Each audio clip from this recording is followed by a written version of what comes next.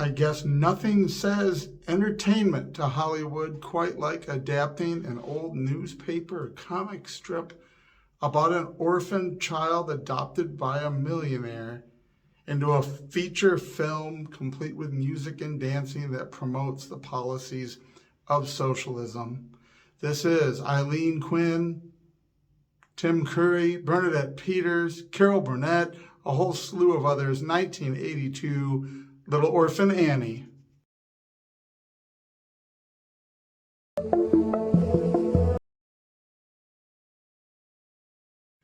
I kind of feel like I already stole my thunder with that intro. I remember vaguely seeing Annie comic strips in newspapers when I was a wee lad a long time ago in a galaxy far, far away. Sorry, that's a different franchise. I remember seeing the strips about Little Orphan Annie. They were not particularly appealing to me as a boy. I have a vague memory of the movie being out at the theater, but we did not go see it. I would have been 9 years old. I remember being at a mall in Jackson, Michigan, and I remember hearing the song coming from the theater. I think it was the old-fashioned one theater in the mall at that time. The sun come out tomorrow, tomorrow. Bet your bottom dollar that tomorrow.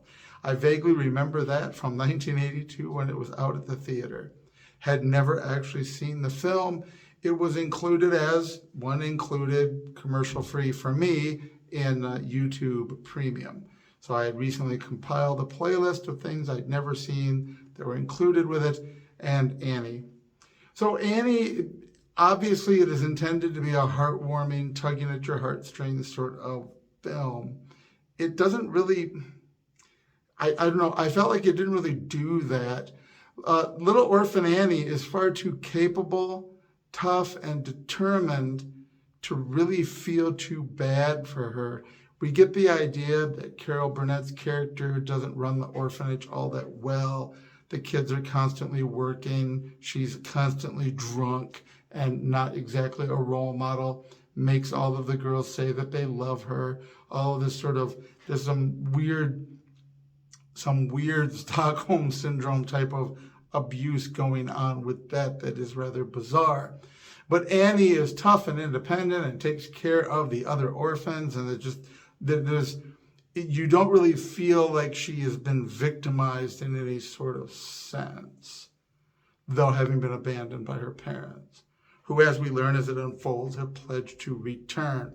Of course, Daddy Warbucks is a good Republican that decides to adopt an orphan for a week just as a photo op. I mean, if that does not scream politics, I don't know what does.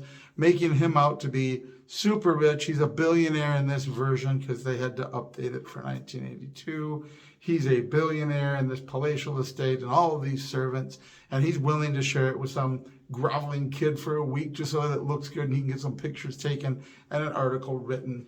The unique thing that makes it 1982 and not 2022, where now, I mean, she would chop off his head and take all his possessions in a communist revolution. Back then, you do discover that there's a human aspect to Daddy Warbucks, who then, softens and wants the girl and helps the girl. And they managed to tie in a whole thing in the time setting of FDR and the Great Society, the New Deal, also known as the Socialist Society and the Raw Deal, to do what they always do, to wax so eloquent and nostalgic for this thing that extended the Great Depression and helped cripple our society and helped get America into the messes that it would get for the rest of the time since then. But hey, we're going to make believe because we're anointed, entitled liberals, make believe that this thing that FDR did was the greatest thing since sliced bread, which he may have invented too. And this ends up being a big part of this film, that now that Daddy Warbucks actually cares about a child, now he's going to help do the Great Society thing, the Raw Deal, the Communist Society thing, because it's the right thing.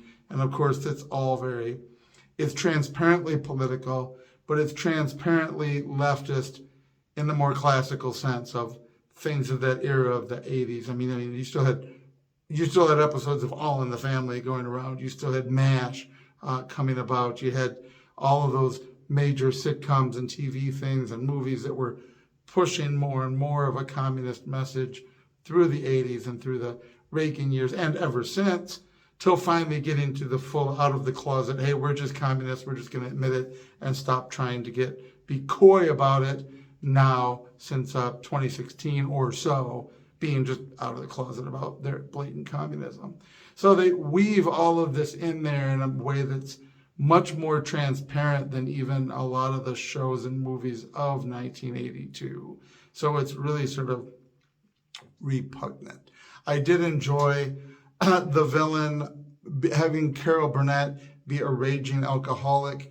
I thought that was interesting because it felt dated even for 1982, that it seemed like it was supposed to be kind of funny that she was a wreck. The weird thing with Daddy Warbucks confronts her and then he like tastes her bath water because she's like bathing in it. I don't even know. I don't want to know.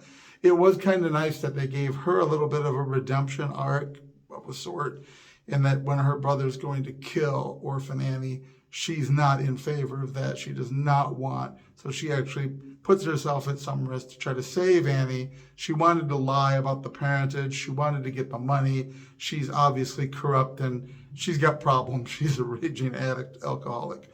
But she was not willing to go that far, which kind of gives her a little more dimension, a lot more dimension than any of the political conservatives get in the film, of course. So Little Orphan Annie, it was, I probably would have enjoyed it more as a kid because I would have absorbed it and been brainwashed by it more thoroughly without critiquing it. And watching it now, I'm like, really? This is what this was about? Instead of the American dream, right? Someone abandoned, penniless, living in an orphanage, who manages to, Daddy Warbucks adopts her. She gets to live the American dream. He's sharing the wealth, wants a child. Instead of all of that, we had to get this whole commentary where she's so capable and aggressive and tough that it's almost like anything made by Marvel now, where she could carry around a Marvel superhero and be the one that cucks him and becomes the real star of the show.